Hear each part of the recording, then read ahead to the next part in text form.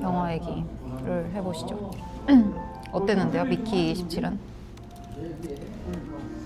제가 미키 17을 본 게 저번 주 일요일, 그러니까 2일이었거든요. 네. 한 10일 정도가 지나서 이게 엄청 여운이 길게 가는 영화는 아니었어요. 근데 약간 개인적으로. 오락영화 같이 보여요. 좀 상업적인 오락영화 같이 저는 좀 느껴지긴 했고, 오락 영화. 약간 뭔가 엄청나게 약간 작품성이나 뭐 이런 게 있을 것 같은 느낌적인 건 아닌 듯한 느낌이랄까?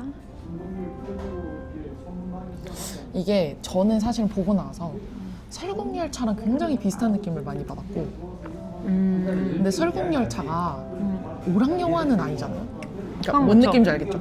그러니까 철학적인 뭔가 사유 위에서 어떤 기획적인 포인트로 만들어진 약간은 만화? 약간 근시대의 현실적인 SF 같은 느낌이잖아요. 이 미키 17이 저한테는 약간 그랬어요. 그러니까 이게 엄청 재밌는 건 아니고 좀 현실 비판적인 부분을 담고 있고 근시대의 SF 위에서 뭔가 그 약간의 재미 요소와 좀 오락성을 살짝 곁들인 옥자의 미래 버전? 약간 뭐라고 해야 되지? 그러니까 굉장히 지금까지 만든 영화의 조금 짬뽕 느낌이 저는 좀 났거든요. 근데 어찌됐든 큰 틀에서의 포장지는 SF인 것 같은 느낌? 근데 저는 설국열차 느낌이 크게 났던 또 대표적인 이유 중에 하나가 그건 것 같아요. 외국 어떤 배우들이 중심을 잡고 있는 거. 그러니까 봉준호 감독님의 그런 스타일 위에서 외국 배우들이 주류고 외국의 느낌이 나잖아요. 네. 그런 느낌이 저는 설국열차 느낌을 많이 나게 했던 것 같고 또 이 외국 생물체가 나와요. 외계 생명체. 네, 외계 생명체가 되게 처음에는 약간 이런 느낌으로 나오는데 네. 생각보다 귀엽게 나와서 네. 이게 인형으로도 마케팅으로 쓰고 이러더라고요. 인형을 만들어서. 근데 이 생물체가 생각보다 귀엽게 나오고 그들이 다뤄지는 시각 자체가 좀 옥자스러워요. 그러니까 걔네들은 우리에게 아무런 해를 가하려고 하지 않지만 그들이 생소하고 생경하다는 이유로 약간 적대시하고 인간이 걔네들을 좀 그러니까 전멸시키려고 하거나 멸종시키려고 하거나 아니면 걔네들 위에 군림해서 걔네들을 뭐 식자재로 쓴다거나 약간 이런 포인트들이 옥자를 많이 생각나게 했던 것 같고. 근데 이게 원작이 있는 작품이잖아요. 그걸 몰랐어요. 원작이 있어요? 원작이 있어요. 제가 알기로. 원작이 있네. 네. 그 원작을 토대로 한 거예요. 그래서 저는 이제 그걸 아예 몰랐네. 그런 걸 좀 궁금하긴 하는데 이 원작에서 얼마나 봉준호가 각색을 한 걸까? 원작 읽어보고 싶다. 에 대한 포인트도 사실 짚고 넘어갈 수 있을 수 있는데 원래 원작이 있는 작품을 많이 안 하시잖아요. 근데 설국열차도 설국열차도. 원작이죠. 그래서 또 그런 원작이고. 느낌이 드는 건가? 약간 이런 스토리의 원작이 좀 많이 끌리시나 보다. 약간 이런 식의 SF 같은 거를 좋아하시는 것 같고. 원래 미키 세븐이네요. 네네. 맞아요.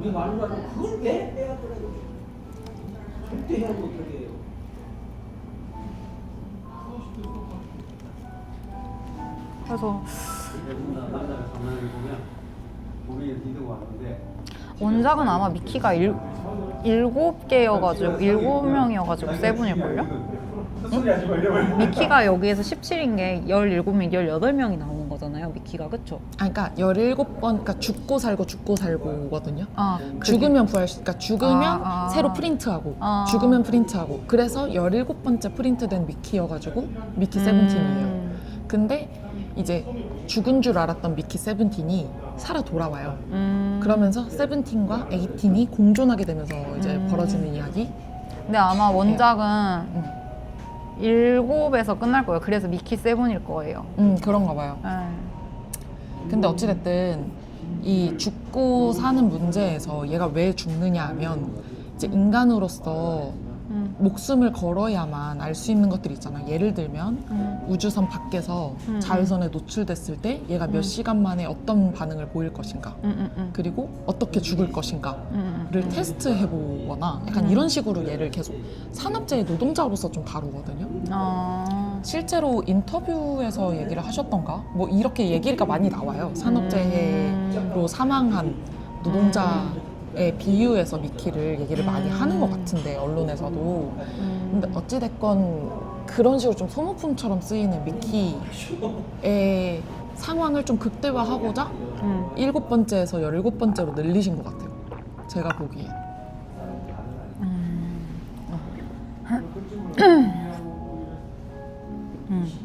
근데 그래서 더 생각을 많이 하게 됐어요. 어찌됐건 돈을 많이, 얘가 이제 친구에게 사기도 당하고 네. 같이 빚쟁이한테 이렇게 쫓기기 시작하면서 돈도 많이 벌어야 되고 이 빚쟁이들로부터 도망치기 위해서 이 익스펜더블이라는 직업에 자원을 하거든요. 어찌됐건 그 산업재해 노동자들도 굉장히 밑바닥에서 위험한 일을 자처하게 되는 이유가 그렇게 몰린 상황에서 자기가 갈 수 있고 많이 돈을 벌 수 있는 직업이어서 그렇게 많이 몰리는 것도 있잖아요. 근데 그런 것들을 좀 비유한 느낌이랄까? 그래서 그런 부분에서 좀 생각을 하게 되는 부분들이 있는데 그게 막 엄청난 사유를 요구하진 않잖아요. 그러니까 사유를 유발하진 않는 느낌? 그냥 그렇구나, 그게 그 비유구나 이러면서 그냥 다른 시각으로 한 번 더 보게 되는 느낌이 있었어요. 그리고 얘가 프린트 될 때마다 성격이 바뀌어요. 그건 좀 되게 재밌는 포인트네요. 코어의 기억은 똑같은데, 그러니까 지금까지 리프린트 되는 동안 가지게 된 기억은 점점 쌓이게 되는데 어찌됐건 자아가 다르니까 이 자아가 다름에서 오는 이제 분열? 같은 생각을 가지고 있음에도 판단이 다르고 태도가 다른 거? 17과 18이 공존하면서 그런 게 보이는 게 좀 재미있고, 이 미키 17, 18에게 연인이 있거든요. 근데 그 연인은 계속 프린트 될 때마다 그대로예요? 미키의 본질을 좋아해줘요. 저는 그게 되게 생각이 많이 나더라고요. 그러니까 얘가 막 갑자기 좀 뭐라 해야 되지? 그 분노에 찰 때가 있고 되게 막 사회에 분노가 있을 수 있고 아니면 되게 소심하고 찌질해질 수도 있고 되게 다양한 성격을 가지고 있음에도 얘가 가지고 있는 그 본질 자체를 좋아해주는 느낌? 근데 그게 되게 쉽지 않은 일인데 그리고 그 본질이 어떤 건지를 알아차리는 것조차도 사실 쉽지 않은 건데 그러니까 어찌됐든 너는 그 모험을 강행하고서라도 그러니까 좀 희생을 하는 착한 사람인 거잖아요. 이게 어떤 자아를 가지고 있든 내가 기꺼이 죽으러 가는 거니까. 근데 18이 재밌는 거는 17까지는 내가 어떻게 소모되고 죽는지 별로 신경을 쓰지 않는 느낌인데 18은 의미 없는 죽음을 하고 싶지 않아요. 그리고 나를 그렇게 소모품처럼 쓰이게 만드는 사회와 이 시스템에 대해서 분노하는 인물이거든요. 그래서 그게 굉장히 설국열차의 그 주인공과 비슷한 느낌이었다. 근데 어찌됐건 이 봉준호라는 그 인간 감독 자체가 약간 사회적인 문제를 가지고 영화화하는 부분들이 되게 많잖아요. 그렇죠. 그래서 그게 아마 녹아져 있는 것이고 여기도 조금 이제 산업재해나 이런 것들에 대해서 포괄적으로 얘기를 하고 있어서 그렇게 느끼는 게 아닌가. 근데 조금 설국열차는 그 계급 간의 그게 조금 확실히 명확했다면 여기는 명확해요. 여기도 명확해요? 명확해요. 왜냐하면 그 마크 러팔로가 시장으로 나오거든요. 메이어로 나왔던 것 같은데 그 시장이 그 우주선에 같이 타요. 어찌됐든 그 행성을 정복하고 거기 정착하러 가는 사람들이어가지고 그 우주선에 탄 사람들이 그 시장이 이 프로젝트를 주도하고 자신의 아내와 그 우주선 안에서 굉장히 호화스러운 사치스러운 방에서 막 와인 즐기고 맨날 고기 먹고 막 이러면서 다른 사람들은 막 호스로 된 막 바퀴벌레 먹듯이 설국열차에서 호스로 된 죽 같은 거 주고 그리고 막 자기가 섭취할 수 있는 칼로리의 1칼로리만 넘어도 막 경고음 나오면서 막 내려놓으라고 하고 약간 이런 삶을 사는 사람들 위에 군림하면서 약간 그런 세계를 즐기는데 더 웃긴 거는 매달 한 명씩 추첨을 해서 그 사람이랑 밥을 먹을 수 있게 해줘요. 그래서 되게 호화로운 식탁을 즐길 수 있게 해주는 그런 상황이 있고, 그래서 그 식탁에 가는 게 굉장히 영광처럼 느껴지는 그런 시스템이 있거든요. 그러니까 그게 약간 아일랜드 아시죠? 영화. 네네네. 그 시스템과 굉장히 비슷한 느낌이에요. 어찌됐든 추종하고 아일랜드가 하나 존재하고 그 아일랜드를 막 이상으로 생각하고 이 사람을 떠받드는 게 굉장히 뭐 좋은 것처럼 여겨지는 사회의 한 군상으로 그려져서 그 계급이 굉장히 명확하게 나눠져 있는 느낌으로 사회가 그려지고 있습니다. 그리고 또 신기한 건, 또 재밌는 건 그 안에서 혁명이 일어나요. 그러니까 처음에 이 마크 러팔로를 추종하는 인물처럼 나오는 사람이, 이건 이제 좀 스포긴 한데 알고 보니까 이제 다른 사람들과 혁명을 주도하기 위해서 이거를 모두 찍고 있었고, 그러니까 이 찍는 게 처음에는 그 사람을 이제 추종하고 뭐 떠받들기 위해서 영상의 기록으로 남겨놓기 위한 행위인 줄 알았는데, 알고 보니까 이걸 고발하려고 찍는 영상이었던 거고, 마지막에 이제 일부러 마크 러팔로를 이제 생명체랑 조우하게 만들려고 막 뭐 우두머리끼리 만나셔야죠, 이런 상황들을 종용해서 나가게 한 다음에 안에서는 좀 이제 이 상황의 판도를 좀 뒤집으려는 시도들이 있고, 막 그런 것들이 이제 복잡하게 마지막에 흘러가면서 미키 세븐틴과 에이틴과 이 나오미 아키의 이 흑인 배우 연인으로 나오는 그분과 이제 혁명을 주도하는 이제 내부적인 상황들과 이 모든 것이 맞물리면서 마지막 엔딩으로 치달아가는 상황이 있습니다. 근데 또 이렇게 들으니까 되게 재밌을 것 같네요. 근데 그 마지막의 상황까지 가는 게 서사가 기승전결이 있다기보다는 설국열차처럼 좀 설명이 많고 옴니버스의 느낌? 그러니까 마지막으로 가기 위해서 많은 것들을 보여줘야 되고 깔아놔야 되는 상황들이 많다 보니까 좀 그 전까지는 좀 잔잔한 느낌이 있어요. 뭐큰 위기처럼 느껴지거나 뭐 쫄리거나. 근데 어찌됐건 그때까지 가기 이런 게 있죠. 위해서 뭔가 미장센이나 이런 것들로 시선을 끌지 않아요? 아니면 효과적? CG적인 효과? 뭐 이런 걸로? 뭐 그런 건 있죠. 예를 들면 뭐 18과 17이 왜 둘이 마주하게 됐는지를 역추적하는 이야기. 그러니까 서사적으로는 그렇게 일부러 좀 흥미를 짰던 것 같고, 그리고 이 익스펜더블이 복제가 된 상태에서는 예전에 막 연쇄살인범이 자기를, 연구원 중에 한 명이 연쇄살인범이어서 자기를 이렇게 복제를 해가지고 이제 알리바이를 만든 거죠. 그런 상황들이 있었다 보니까 복제된 인물은 딱 한 명만 있어야 한다. 그러니까 2명이 있으면 안 된다 라는 규칙이 생겼는데 17, 18이 이제 동시에 나왔고, 그걸 알게 된 연인이 있고 또 한 명의 여자가 있고 막 이러면서 조금의 그 위기감을 주려고 하는 상황들이 있는데, 그게 뭔가 충분히 제가 못 쫓아가서 그런 걸 수도 있는데 이게 되게 위기로 느껴지고 쫄려야 되는데 그냥 뭐 어떻게 될까? 약간 이 정도로 보게 됐던 것 같아요. 감정적으로 엄청 막 몰입이 돼서 막 이거 들키면 안 되는데, 막 이거 어떻게 되지? 얘 죽으면 안 되는데, 막 사라지면 안 되는데, 약간 이런 느낌으로 받아들여지지 않았던 것 같고, 그냥 뭐 이런 상황이 흘러가네 이렇게 느껴졌던 것 같아서 왜 몰입이 덜 됐는지는 조금 더 생각을 해봐야 될 것 같아요. 근데 그게 아무래도 미키가 서술자거든요.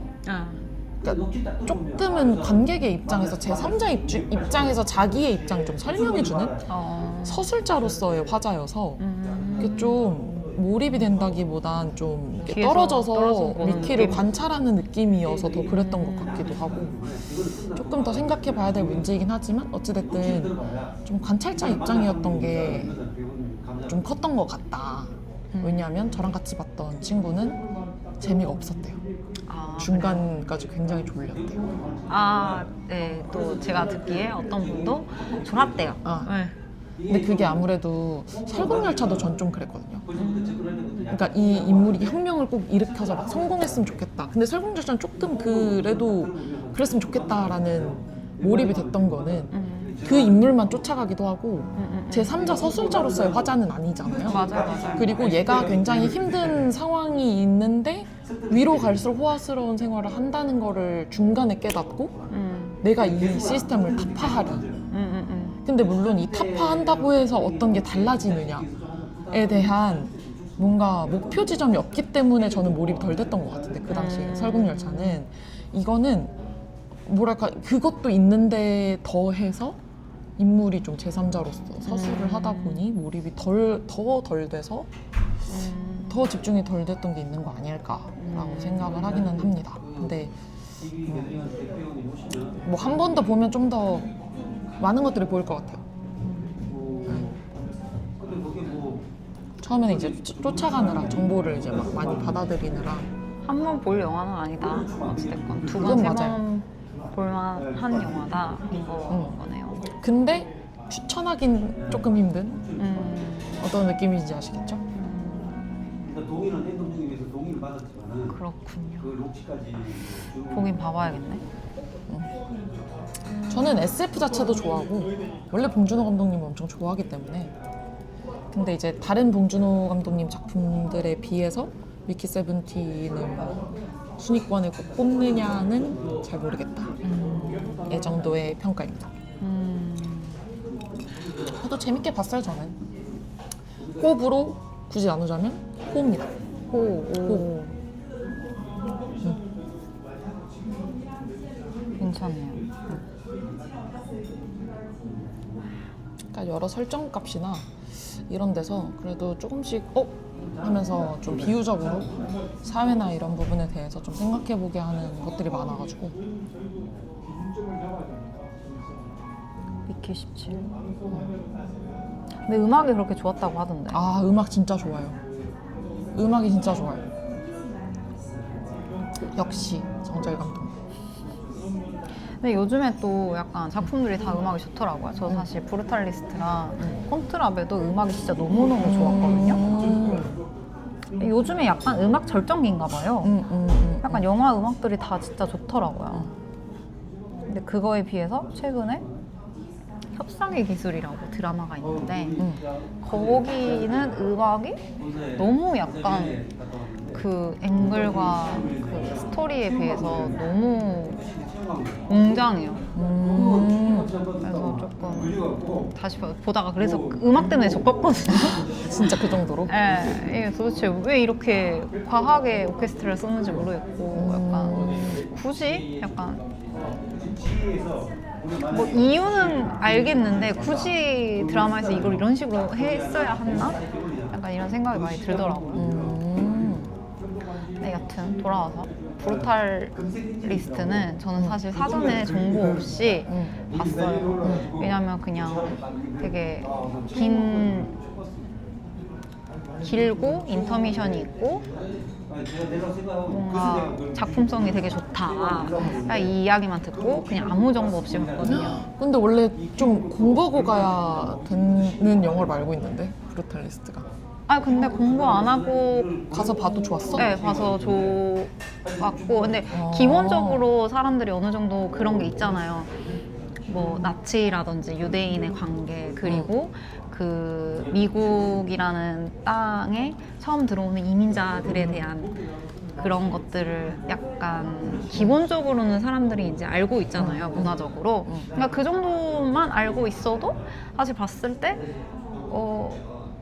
괜찮았던 것 같아요. 왜 뭐 제가 저렇게 생각하지 저러지? 약간 이런 상황들에 대해서 뭐 굳이 엄청 깊이 생각할 필요는 없지만 두루뭉실하게 이해는 된다. 근데 어찌됐건 이 작품의 오프닝도 되게 좋았고 오프닝과 에필로그가 사실 다 정말 다 했어요. 아 진짜로? 네. 그래서 오프닝에서 이제 사실 그 아내의 이제 나레이션으로 시작한단 말이에요. 그러면서 아내가 맨 처음에 하는 괴테의 말을 한단 말이에요. 뭐 무슨 말을 한다고요? 괴테 되게 유명한 말을 해요.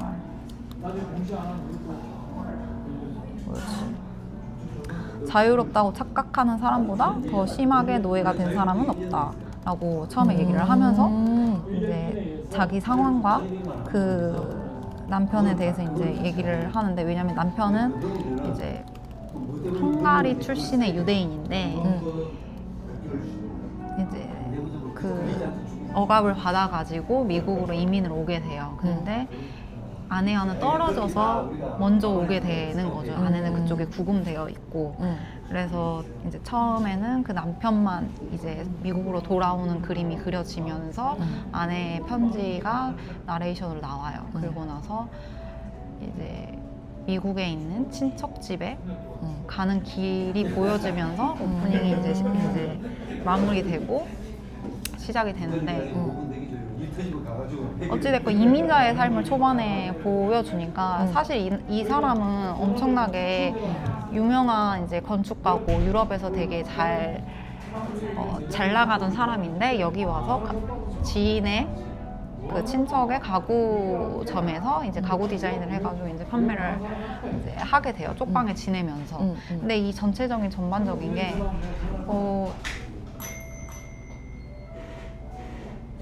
뭐라고 해야 될까? 그 음악이랑 같이 이 미국 땅에 들어올 때의 힘듦과 약간 자기가 얼마나 많은 걸 놓아야 하고 앞으로 미래가 어떠할지에 대한 그 불운함이 음악으로 진짜 너무 잘 표현이 됐고, 그 감정들이 그렇게 좀 뭐라 해야지, 현악기나 약간 이런 것들이 들어가면 좀 사람이 약간 우울함이나 이런 게 조금 더 느껴지거든요. 그래서 뭐 그런 표현들도 되게 많이 하고 하면서 전 좋았던 것 같아요. 그리고 되게 나왔을 때 이제 정말 미국인스러운, 친척이 정말 너무 미국인스럽게 나와요. 그래서 그런 것들도 정말 캐스팅을 잘 한 것 같고, 그러다가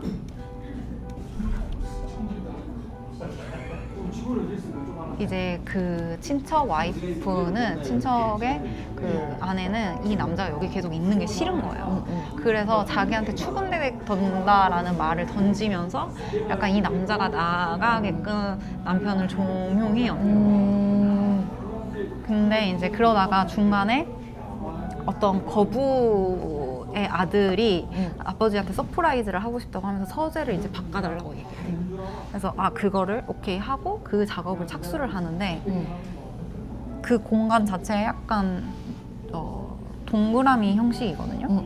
근데 거기서 막 빛이 막 들어오고 있고 이제 이러는데, 그거에 완전히 고쳐지고 났을 때의 그 앵글에 중간에 의자가 하나 놓여 있고 주변에 이제 책장이 있고 하는데, 그게 너무 약간 미학적으로 너무 예뻐요. 그러니까 이게 전반적으로 약간 건축학의 얘기다 보니까 그런 건축에 대한 부분 포인트들의 이미지를 너무 잘 담아내고, 초반에는 엄청 답답하게 앵글들이 작았다가 점점 이제 조금 풀리는 느낌이거든요. 그래서 그런 포인트들이 좀 좋았던 것 같고, 이게 인터미션 전에 1막, 2막 이렇게 나누는데 1막은 그 주인공의 감정을 쭉 따라갈 수 있게끔 구성이 돼 있어가지고 진짜 지루할 틈 없이 약간 쉴 새 없이 이제 그 사람의 감정을 계속 따라가게 되는 거예요. 왜냐하면 그렇게 해서 이제 서재를 꾸며줬는데, 그래서 자기네들이 이제 되게 많은 돈을 받을 줄 알았는데 갑자기 그 아버지가 와가지고 이 서프라이즈 나 필요 없다, 나 이런 거 내가 바란 적 없다, 너네 뭐냐 하면서 나가 막 이렇게 얘기해서 돈도 못 받고 쫓겨나요. 그래서 그러면서 이제 그 친척집에서도 쫓겨나게 되고, 그래서 이제 뭐 약간 석탄 뭐 그런 공장 같은 데서 일을 하면서 정말 약간 노동자로서의 삶을 살게 되다가 그 부자가 뒤늦게 이 사람의 가치를 알아보고 와서 다른 걸 해달라고, 도와달라고 와요. 그래서 이제 그 부자가 의뢰한 어떤 이제 뭔가 큰 센터 같은 걸 짓게 되거든요. 근데 그 짓는 과정에서 일어나는 이야기들이 되게 많아요. 그리고 이제 아내가 사실 거기에 잡혀 있다 그랬잖아요. 그래서 그 부자와 같이 인연을 맺으면서 그 아내를 데리고 올 수 있는 또 다른 사람들도 만나게 되고, 근데 그런 파티 같은 장에서 되게 이 남자가 유럽에서 되게 유명한 사람이었다라고 얘기를 하니까 이 미국인들이 아 진짜 멋있는 사람이다 당신 이러면서 약간 유럽에 대한 동경 같은 것도 되게 표현을 잘 했고, 근데 이제 이민자다고 보니까 그런 걸 동경하면서도 자기 밑에 있는 사람이다의 느낌이 깔려 있어서 이 사람을 잘 해고했다가 다시 고용하기도 하고, 근데 이 사람은 어찌됐건 이민자기 때문에 어찌됐건 자기가 했던 일들을 사실 쭉 하는 게 더 좋잖아요. 약간 노동자의 삶보다. 그러니까 또 다시 그 사람한테 가게 되고 이러면서 여러 가지 감정이 오가는데, 이거는 되게 이 작품은 한 번 보기에는 조금 한 번 봤을 때는 그냥 이입돼서 쭉 갔다고 생각을 한다면은 한 두 번째, 세 번째 봤을 때는 그 에필로그와 엔딩에 대한 대사들을 다시 한번 곱씹어 보면서 보는 게 되게 좋을 것 같다라는 생각이 되게 들어요. 그리고 나는 이게 사실 따지고 보면 이 남자의 전기 내용이에요. 근데 저는 이제 사전에 정보 없이 갔으니까 끝나고 나서 찾아봤어? 실존 인물인가? 하고 찾아봤어요. 근데 실존 인물이 아니거든요. 그 정도로 진짜 너무 잘 만들었어요. 그리고 마지막 에필로그에서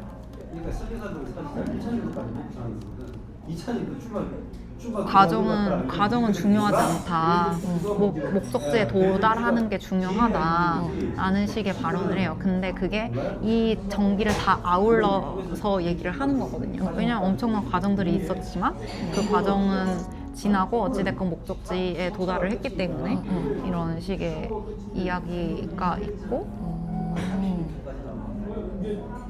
건물도 초반에는 겉핥기식으로 보여주다가 맨 마지막에 그 부자가 죽거든요. 근데 그 건물 안에 되게 중요한 재단 같은 데가 있어요. 거기에서 약간 죽는 장면은 보여주지 않고, 다만 그 남자를 이제 찾으러 사람들이 지나갈 때 그때서야 처음으로 그 안을 보여주거든요. 그 건물의 안을. 근데 그 건물의 안이 되게 좁고 높고 이러니까 그게 엄청 좀 답답한 마음도 들고 이러는데, 그 건물 자체를 애초에 지으려고 했던 의도가 약간 이 사람 주인공이 그 수용소에 있었을 때 좁은 방, 약간 이런 거를 모티브로 삼아서 이렇게 했다고 하더라고요. 그래서 그런 것들이 되게 많이 잘 표현돼 있고, 다들 연기를 너무 잘해요. 연기를 너무 잘하고. 진짜 많이 좋으셨나봐요. 여기 진짜 많이 얘기하시네. 그저께 봤다 그랬나 근데? 얼마 안 되기도 했고.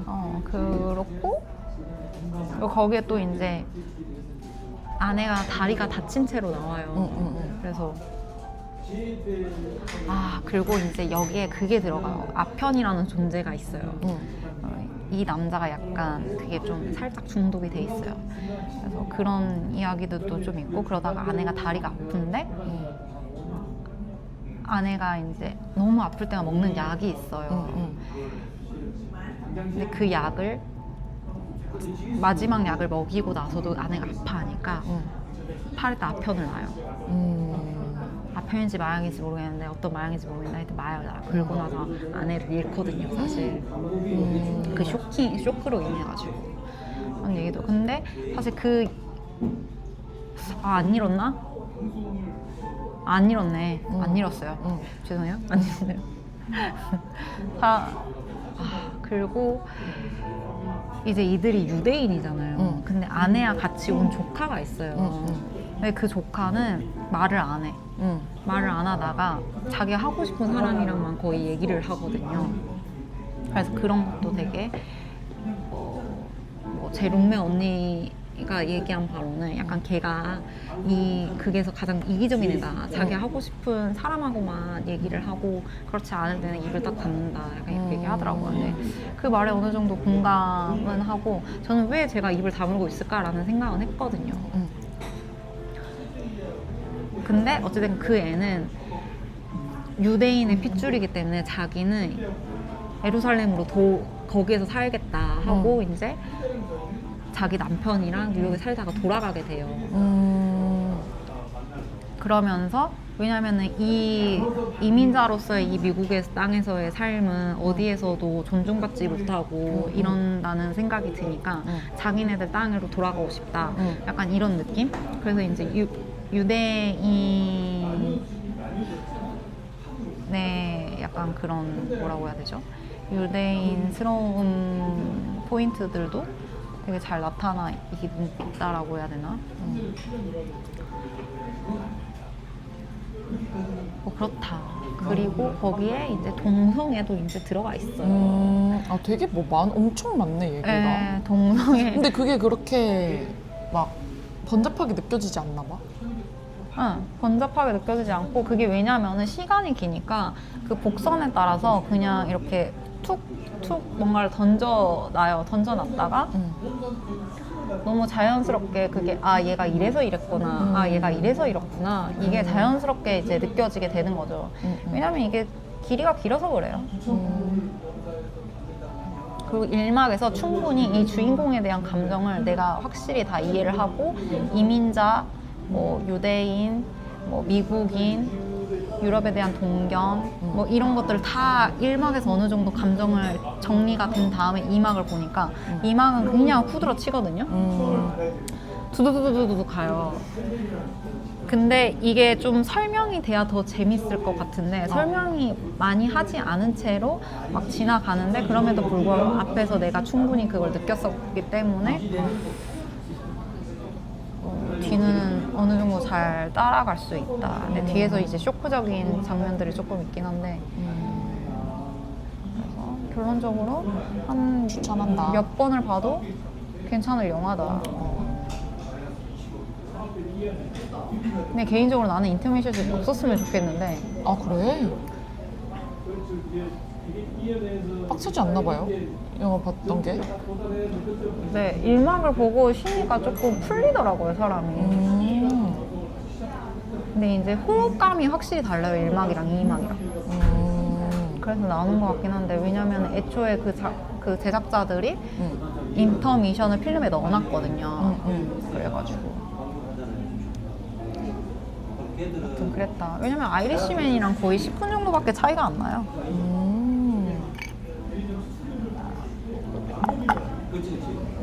여튼 그랬다. 브루탈리스트는 꼭 봐봐라. 재미있다. 한번 찾아보겠습니다. 근데 3시간 반? 3시간 반 진짜 쉽지 않은데. 근데 건축 지금 뒤에 거의 중요한 얘기는 거의 하지도 않았는데 어찌됐건 이 남자의 연대기예요. 근데 너무 잘 만들었지.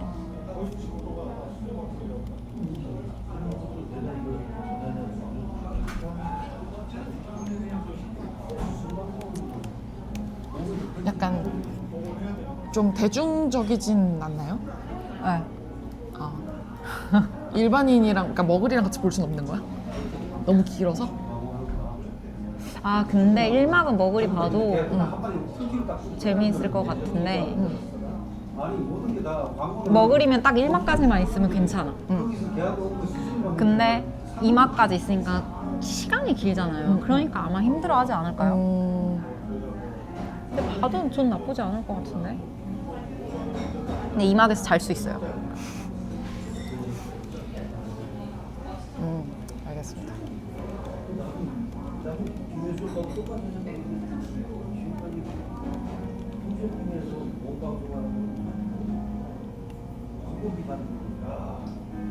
나도 여기 적겠어. 콘클라베. 두교양 보셨어요? 두교양? 아니요, 못 봤어요. 그래요? 그러니까 나 물어보려 했어. 달라? 많이 달라? 많이 달라요. 아까 그렇게 말했잖아요. 관찰자 입장으로 약간 보여준다고. 콘클럽에는 이 주인공의 인물을 따라서 가는데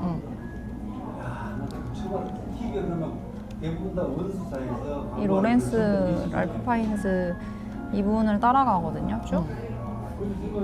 그런데 너무 그냥 이분은 그냥 연기를 너무 잘해요. 그냥 얼굴을 갖다 대면 그냥 연기가 막 돼요.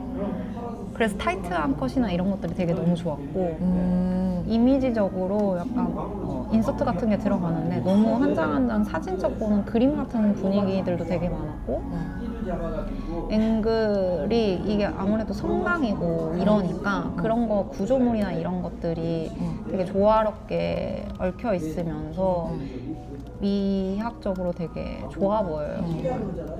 그래서 그런 보는 맛이 확실히 있는 작품이었고 그러면서 이제 되게 기독교의 이제 새로운 교황을 선출하는 과정인 거잖아요. 근데 그러면서 그 안에 일어나는 정치적 행보들에 대해서 보여주는 건데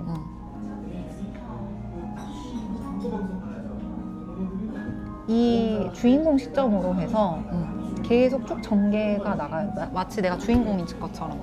근데 보통 내가 주인공이다 하면은 주인공의 시점, 주인공이 바라보는 상대방의 얼굴들을 원래 많이 보여주기도 하잖아요. 근데 여기선 그렇지 않고 나를 많이 보여줘요. 주인공의 표정이라도 주인공이 뭐 어떤 상대방 어떤 말을 하고 있을 때의 주인공의 표정이라든지 이런 것들을 정말 많이 보여주거든요.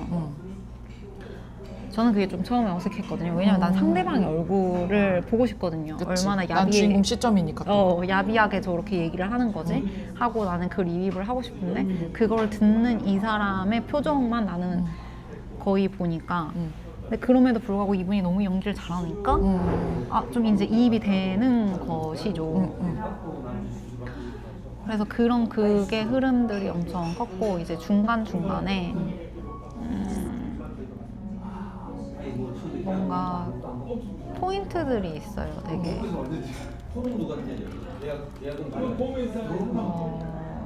이제 거북이가 나와요. 근데 이제 거북이 이제 스포 플러스 뭐 결론적으로 얘기를 하자면 교황이라는 자리는 항상 그 추기경들의 투표로 이루어졌는데 그 추기경들은 항상 남자였고 그래야만 했고 약간 결격 사유가 없는 사람이어야 했는데 그래서 그걸 위해서 이 주인공은 이 콘클라베를 이제 준비를 하고 진행을 하는 단장으로서 이제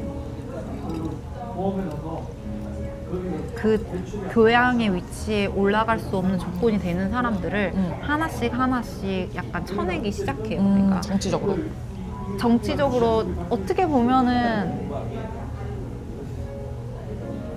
내가 느꼈을 때 이 사람이 엄청나게 정치를 하는 것처럼 느껴지진 않거든요. 왜냐하면 이 단장이라는 지위 자체가 이걸 콘클라베를 잘 이끌어서 잘 끝내고 싶다라는 그런 마음이 있고 자기는 교황이 되고 싶은 마음이 전혀 없게 저는 느껴졌거든요. 그래서 근데 이제 콘클라베는 갇혀서 이제 하는 거니까 사실 외부에 그걸 들을 수 없는데 이 단장은 조금씩 이제 그런 것들을 듣는단 말이에요. 그러면서 이제 격격 사유가 있는 사람들을 쳐내기 위해서 이제 확인하고 체크하고 하면서 그 사람한테 가가지고 너 이거 왜 그런 거야? 완전 직접적으로 묻진 않지만 너 이때 이 사람이랑 뭐가 있었니? 이 사람 아니?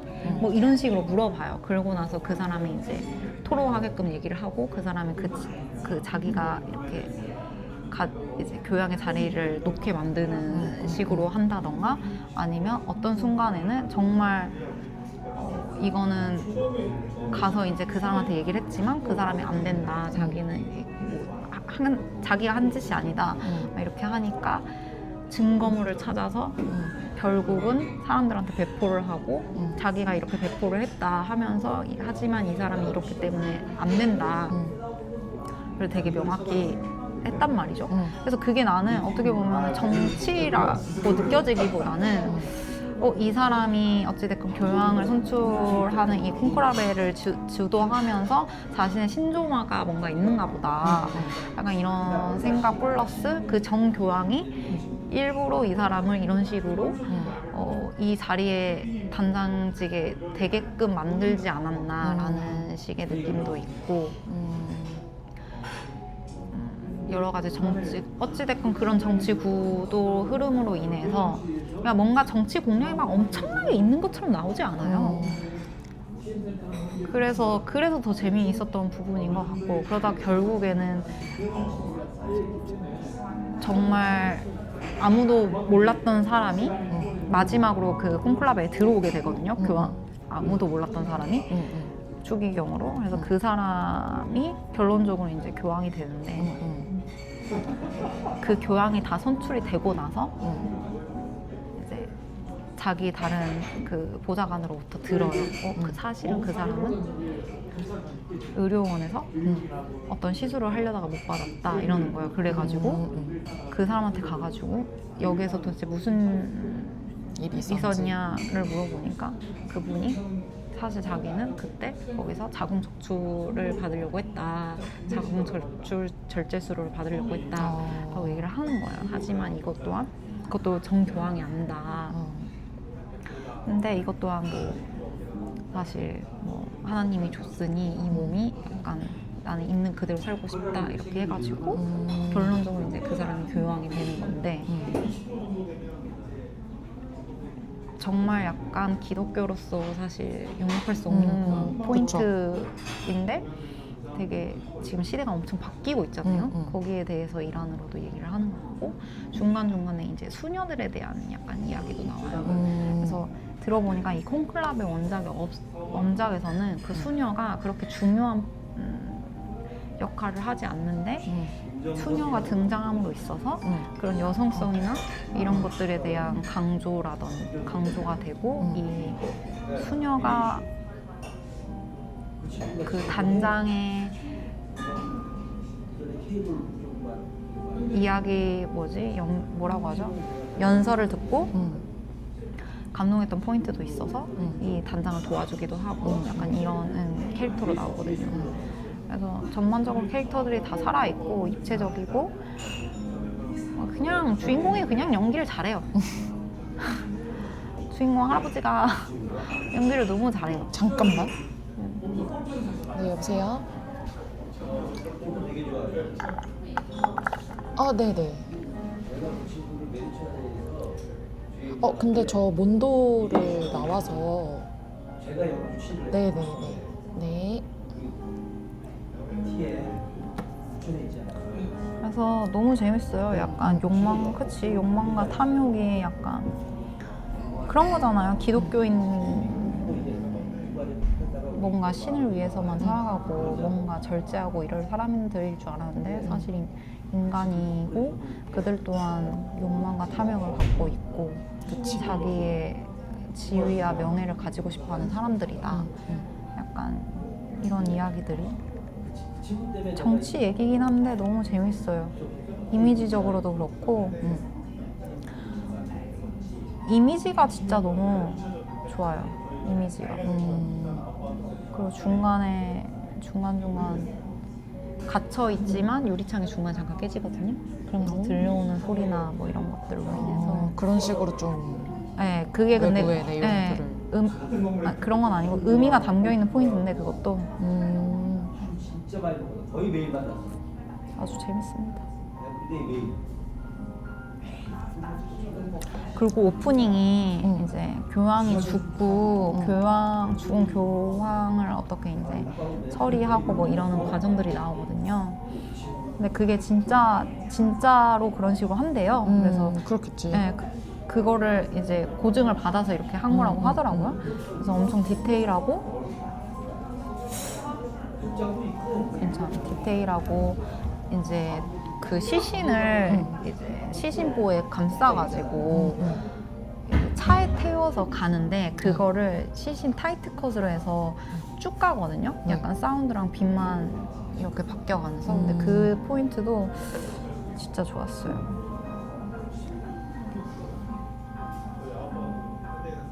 근데 보면 나는 약간 뭐 작품이나 이런 걸 볼 때 전체적인 맥락보다는 이미지나 사운드나 그냥 그때 감정이 좋았던 게 좋은 것 같아요. 뭔가 엄청나게 분석한다기보다는 그냥 감정을 잘 따라가고 뭔가 날 이제 이미지적으로 좋았다. 결론은 나는 연기랑 이미지가 좋았다. 너무 재밌었다. 내 스타일이었다. 이건 먹을 극인가요? 어떻게 생각하세요? 근데 정치물을 좋아한다면 괜찮을 것 같아요.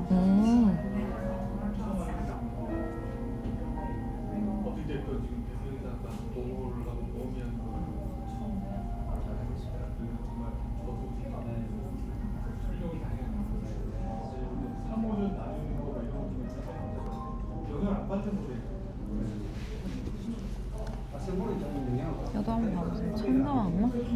저는 사실 그 교황 선출 과정을 잘은 뭐 모르지만 디테일하게는 제가 이런 컨텐츠에서 다뤄졌던 영화를 봤던 게 이제 천사와 악마라고 전 이 댄 브라운 소설 시리즈를 되게 좋아해요. 맞아요. 이것도 네. 봤는데. 그 중에 하나가 이제 영화화됐던 작품이거든요. 천사와 악마가.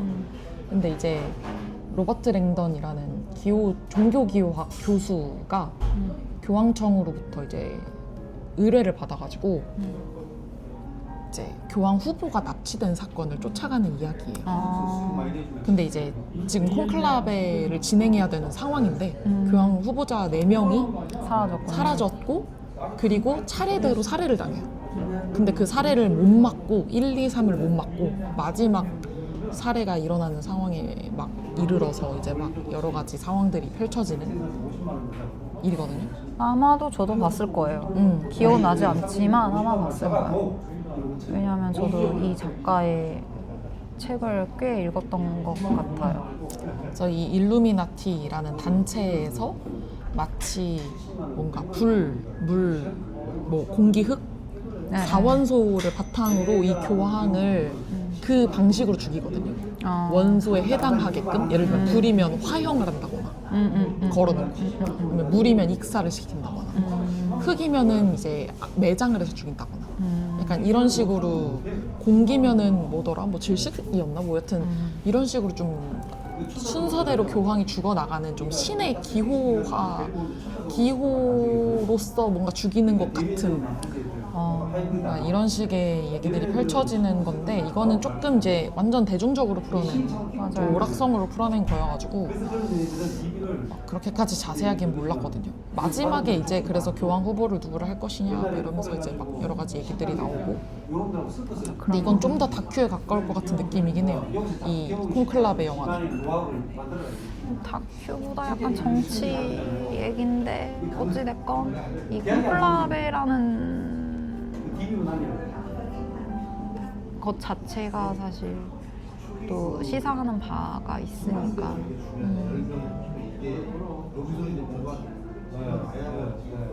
붙여줘도 바닥에 있어 올라가는데 선봉대가 이제 그래야 비슷한 사람들 데려오는 거죠. 여기가 잘 안 되면 그 지진장도 굉장히 중요해요. 지진장 본부장도 굉장히 중요해요. 노하고 다 있어요. 지금 지정을 계속 여튼 그렇다. 드니 빌네브가 좋아하는 영화래요. 이따가 다 10명씩 데리고 오는 거 아닌가요? 그러니까 지진장 있어요. 1명 있어요. 지진장이 되는데 네. 30명이 공부하고 이게 또 음악이 좋아요. 요즘 왜 이렇게 음악을 다들 잘하는지 모르겠어요. 미쳤나 봐요. 너무 많은 거라 요 밑에 애들 다 지금 구축할 수 있어요. 그때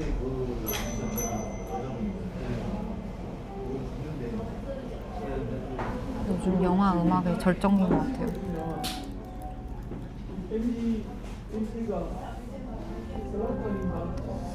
음악 중요하지. 근데 이게 약간 감정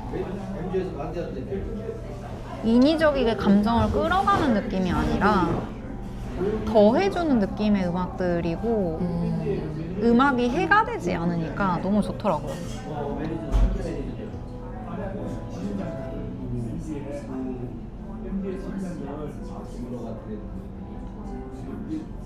이처럼 사소한 것들이라고 보셨나요? 그것도 아직 못 봤습니다. 보셨어요? 그냥 재미가 없어요. 아, 제 스타일이 아니에요. 그래요? 되게 궁금했는데. 이것도 길지 않아요? RT가? 아니요, 이거는 별로 안 길어요.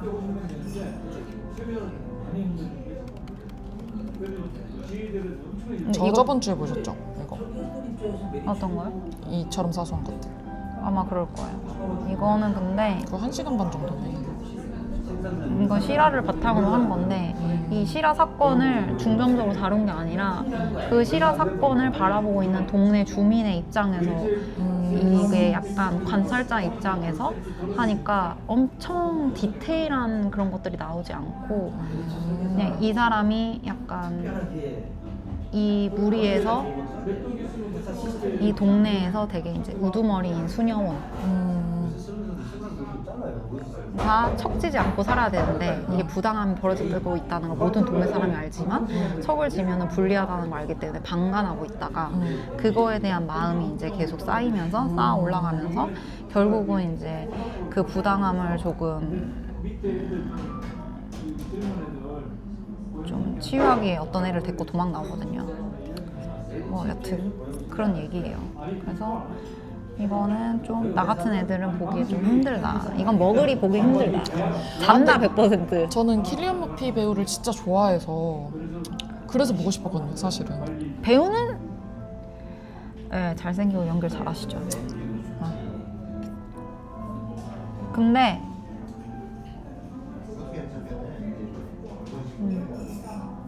좀 괜찮아요. 사실 이것도 나쁘지 않아요. 나쁘지 않은데 나쁘진 않아요. 그러니까 상을 받았겠죠? 그쵸? DB 있는 곳에 FC들을 움직이게. 근데 이게 내가 집에서 봐서 그런 걸 수도 있어요. 이게 영화관에서 봤으면 다를 수 있는데 확 이입하기가 힘드니까 집에서 봤을 때.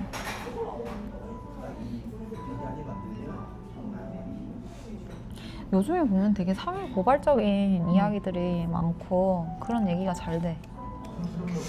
그리고 되게 원작이 많은 것 같아요. 이것도 원작이 있더라. 네. 소설이 원작이고. 요즘에 원작 없으면 글을 뭘 할 수가 없어요. 리메이크 아니면 원작이죠. 그러니까 그만큼 이제 이야기란 이야기는 다 나온 거고 요즘에 약간 이런 실화 바탕을 하거나 아니면 이런 이민자 얘기들도 이제 슬슬 나오는 것 같고 약간 시대가 변하고 있는 것 같아. 그게 느껴져. 영화나 이런 걸 보면은 영화나 드라마를 보면은 시대가 변한 시대의 사람들이 연출하고 나온 이야기들이라는 게 느껴져요. 정말 많이. 이제 아예 그리고 극단으로 가는 것 같아. 오락일 거면 그냥 아예 오락으로 가고. 아 맞아요. 조금 자기 얘기를 하고 싶거나 뭔가 그러니까 영화적이라고 하는 게 맞을지는 모르겠는데 좀 더 그 영화제에 가까이 가고 싶어 하는 그런 영화적인 내용들이 있거나 뭐 사회고발적인 내용 실화 바탕 원작 있는 영화는 약간 그쪽인 거고 맞아요. 오락 영화라고 하면은 예를 들면 뭐 그냥 범죄도시 약간 저는 오락 말고는 모르겠거든요. 잘. 근데 진짜로 왜냐면 진짜 오락을 위해 만든 영화 같아요. 저는 범죄도시. 맞아요. 킬링타임이나 그러니까 사회고발적인 느낌은 없잖아요. 사실은 물론 실화를 바탕으로 하는 거지만 그것도 그 실화가 막 떠올려진다거나 그렇지 않죠. 그 실화가 다시 주목을 받는다거나 이러지 않잖아요. 오히려 소방관 같은 거는 실화를 바탕으로 해서 되게 감동이고 오락이지만 아니 그쪽으로 갈 수도 있고 근데 그것도 뭐 오락 영화긴 하지만 범죄도시는 그냥 진짜 오락 완전 그 오락이죠. 자체로 만든 영화인 것 같고 그런 게 되게 잘 되잖아요. 1000만 계속 넘고 그런 거 보면은 아예 그렇게 대중적으로 가는 오락 영화던가 아니면은 좀 자신들이 하고 싶은 얘기를 영화적으로 풀어내는 이야기를 만든다던가 그렇게 아예 투 트랙으로 좀 극단적으로 가게 되는 느낌이 있지 않나 하는 생각이 완전. 듭니다. 이번에 네. 아카데미였나에서 상을 굉장히 많이 수상하신 아노라 감독님의 수상소감 보셨어요? 아니요. 그 작품 보셨나요? 아, 저 못 봤어요. 이것도 되게 보고 싶더라고요. 왜냐면 독립영화인데 90 얼마 들었다 그랬지? 제작비가 이제 600만 달러 90억 원 정도밖에 안 들었대요. 근데 아카데미 5관왕을 했잖아요. 근데 수상 소감이 진짜 인상 깊었어요. 이분이 어떻게 얘기를 하셨냐면 나는 인디 감독 라이퍼다. 어? 그러니까 그러니까 인디 감독? 인디 필름 라이퍼다라고 하면서 그냥 난 인디 감독을 평생 업으로 살아가는 사람이고 독립영화인인데 나처럼 뭔가 내가 하고 싶은 얘기를 하고 이게 상업영화, 상업적인 선택을 받지 못하더라도 그리고 그들이 원하는 이야기가 아닌 내 개인적인 이야기임에도 불구하고 이 이야기를 해야만 하는 사람들이 계속 뭐 영화를 했으면 좋겠고 응원하는 마음이다 뭐 이런 식의 수상소감을 하셨는데 되게 이 영화업에 대해서 애정이 깊으신 분이다라는 게 느껴지더라고요.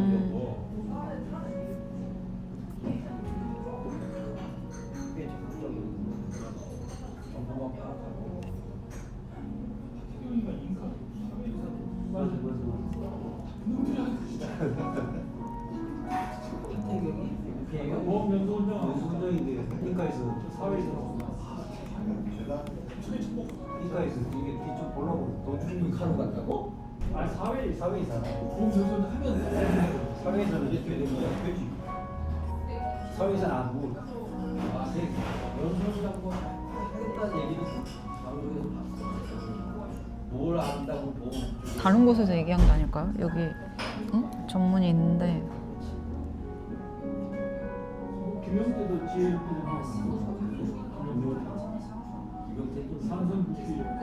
국민이 더 많은 이런 얘기도 하셨고 더 많은 얘기를 하셨나요? 네, 또 그러니까 오관왕을 하셔서 아마 계속 얘기해요. 다른 얘기도 또 하셨던 것 같아요. 저제 나는데 진짜 공부를 많이 그리고 되게 약간 멋있더라고요. 그 요즘 상 받고 뭐 이러는 거 보면 되게 실화 바탕이거나 약자에 대한 이야기들을 했을 때 그거를 되게 가치 있고 뭔가 잘 풀어냈을 때 그런 것들을 상을 많이 주는 것 같더라고요.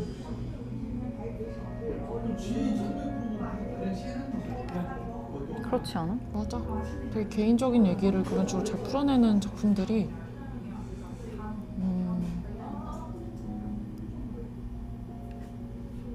대충 그냥 자리만 찾아 우리 회의할 때만 나와서 이렇게 그래서 나는 오히려 사실 반대로 생각하는 것도 있는데 뭐? 회의를 원작이 있지 않고 내가 원작을 만들어낼 수 있는 사람이 되면 좀 더 귀해지겠다 이런 생각. 그건 당연하죠. 하지만 그 원작을 만드는 것 자체가 너무 힘든 일이니까. 시나리오를 만드는 게 예. 되게 하고 싶은 말이 명확해야 되고 나는 영화로 표현하는 것보다 글로 표현하는 게 더 어렵다고 느껴지거든요. 그래서 더 그런 걸 수도 있고 영상으로는 뭔가를 더 쉽게 표현할 수 있는 것 같아요. 이미지를 확실히 각인시키잖아요. 심지어 동영상에 공허한 세계 사이에 4인까지 빠지고 100만 패다 이런 것들이 촉박하는 이게 조기재석에 대해 이렇게 말해주고 싶은데 여튼 그렇습니다. 여튼 오늘 여기까지. 네, 영화 볼 영화 많네요 요즘. 재밌네. 맞아, 볼 영화가 많아요.